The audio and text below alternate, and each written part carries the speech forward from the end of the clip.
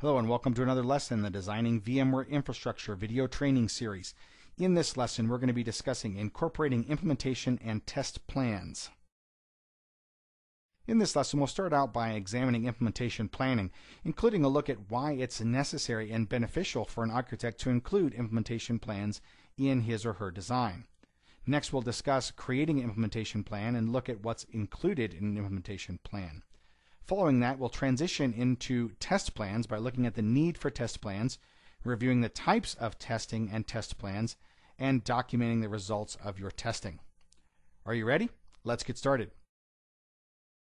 So far, we focused on creating the design, but creating the design is only part of the picture.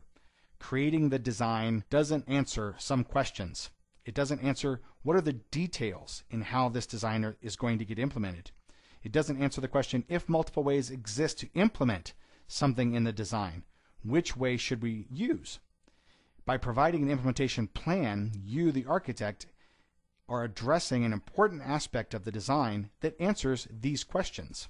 Now, you might be having some thoughts running through your head right now, perhaps one that looks something like this.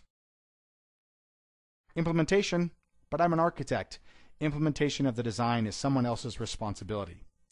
While you might potentially be correct in that in many instances a separate team of individuals will actually conduct the implementation, it is important to understand that including an implementation plan in your design offers a number of benefits both to you, the architect, as well as to your organization or your customer.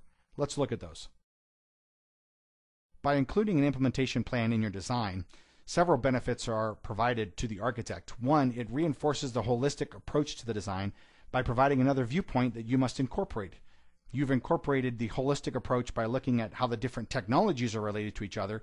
This allows you to continue that holistic approach by looking at how implementation affects the design or how the design affects implementation. The same goes for looking at how implementation affects operations and how operations affects implementation. By maintaining this holistic approach, by maintaining and reinforcing the broad view, your organization or your customer benefits because the design is better suited to their environment. Second, it allows the architect to provide specific details on the installation or configuration of specific parts of the design where those details can be valuable. This is particularly true when multiple ways exist to implement a particular feature specified in the design.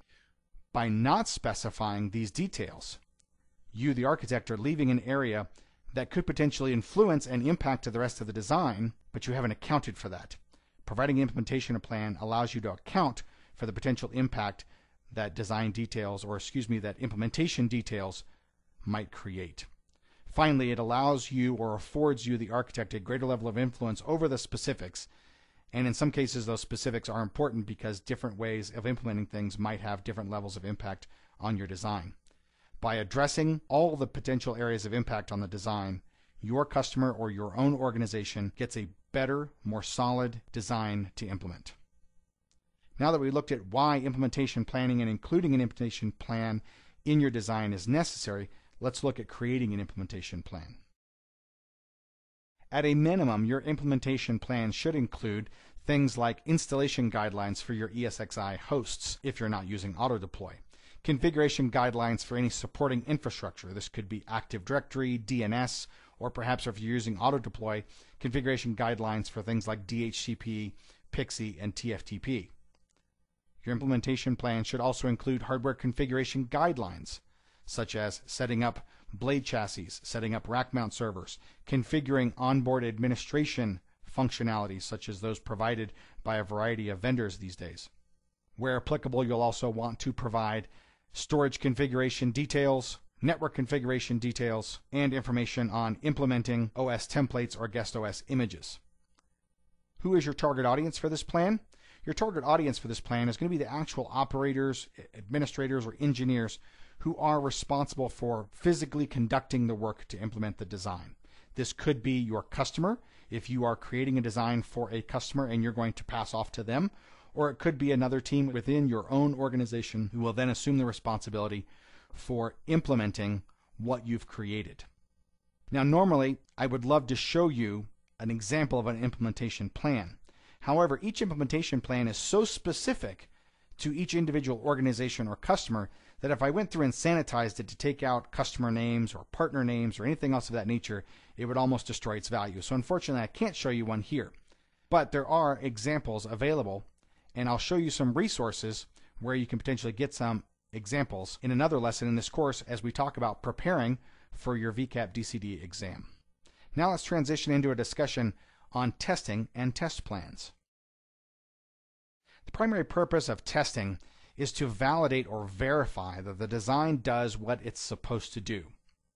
In other words, you've created a design that says, this is what we're going to do. We're going to provide X megahertz of CPU power and X gigabytes of RAM and the ability to run VMs and deploy new VMs and connect to existing networks or create new networks or whatever it is that the design factors led you to create.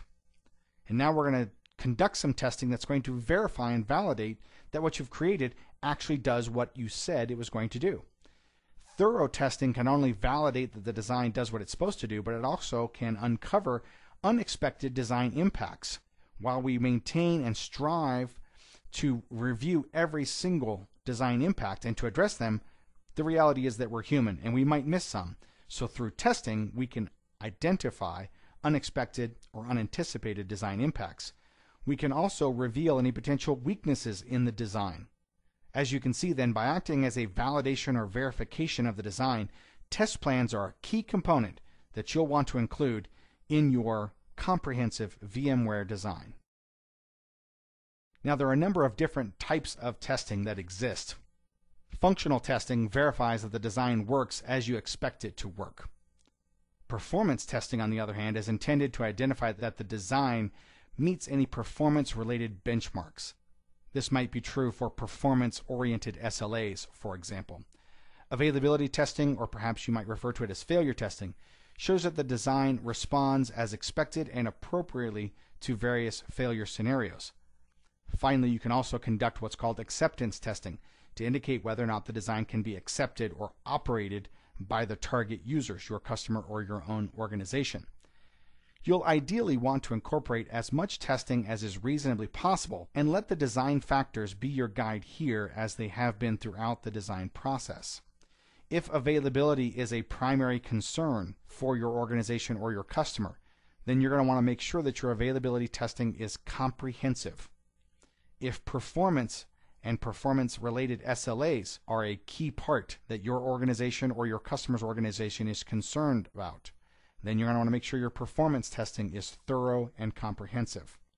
Another part of this testing is not only understanding the types of testing that we can perform, but how we go about documenting the testing. Let's look at that. There are really three key parts to documenting your testing. First, you're going to document the specific tests that will be conducted. This could be things like, I'm going to fail a server and make sure that vSphere HA or vSphere FT operates as anticipated. These could be tests like, I'm going to shut down part of the storage area network and ensure that storage connectivity is not negatively impacted. You're also going to want to document the expected or anticipated results of the testing. When you perform this test, what do you expect is going to happen? When you shut down that blade, what do you expect will occur? When you shut down part of your storage area network, what do you anticipate the results will be? Then, after the testing is actually conducted, you'll want to record the actual results of the testing. Between the expected or anticipated results and the actual results, you can then perform a gap analysis, and the gap analysis can tell you where and how the design might need to change, if at all. What I'd like to do at this time is actually show you some testing documentation that I created as part of my own VCDX design. Here you can see a document that I have pulled up. This is the design verification document that was part of my VCDX design. And in here, I have a series of tests and documented information. For example, one of the first tests that we documented and conducted here was a test of the network redundancy of the management console. And so here we provided the specific steps involved in the test, details on what's involved in that step, what are the specific things that you have to do. This ensures that the test is repeatable and predictable. We then have expected results. What you don't see here, since this is just the test plan, are the actual results that came from this testing. That's found in a separate document. And you can see that we've continued this through testing vMotion, testing VM network redundancy, testing VMware or vSphere HA operation, testing storage redundancy, and at each point we provide specific details so the test is repeatable and predictable, and then what our expected results are.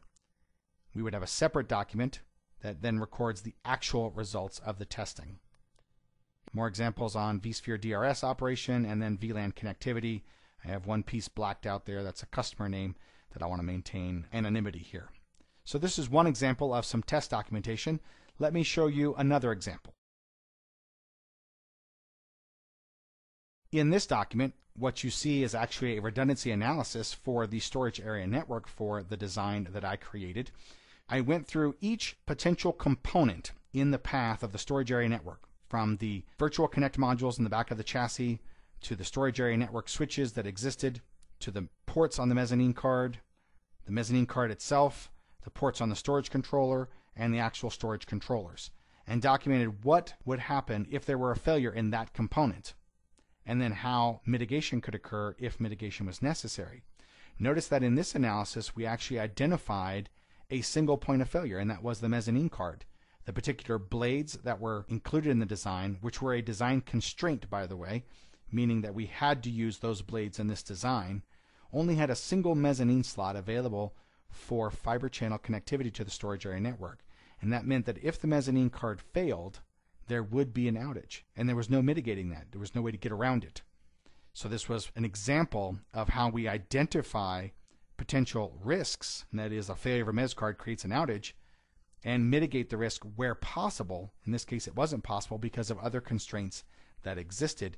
The testing and the test documentation is what revealed this potential single point of failure. Now that I've had a chance to show you some actual test plan documentation, let's wrap up this lesson. We first talked about examining implementation planning, and especially talked about the need for an architect to include implementation plans in his or her design in order to have a comprehensive and complete design. Next, we look at creating an implementation plan and examined what's involved and should be included. From there, we transitioned into discussing the need for test plans and testing, reviewing the types of testing that you can and should conduct, and then documenting your test results for inclusion in your design. That's all for this lesson. Thanks for watching.